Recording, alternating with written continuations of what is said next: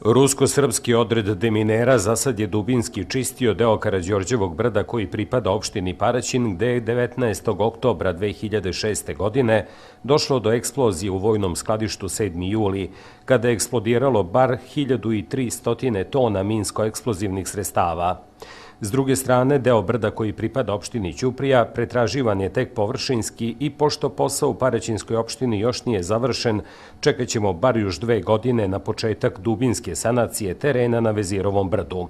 Naravno, ako se do tada pronađu sredstva za ovaj ozbiljan i skup, ali neophodan projekat.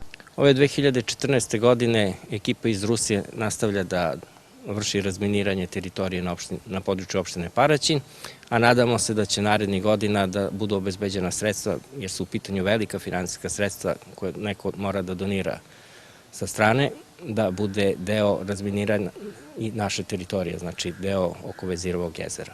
I dobro, šta ljudi treba da rade ukoliko se desi da nalete na neku neeksplodiranu napravu?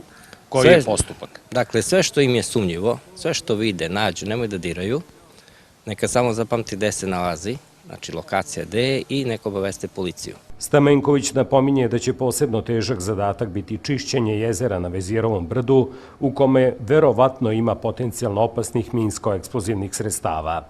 Zato treba ozbiljno shvatiti upozorenje koje je i ovog puta upućeno građanima da budu pažljivi pri boravku na ovom prostoru i da, ukoliko nađu neko ubojno sredstvo, obavezno slučaj prijave policijskoj stanici u Ćupriji, te da nikako ne diraju sumnjive predmete.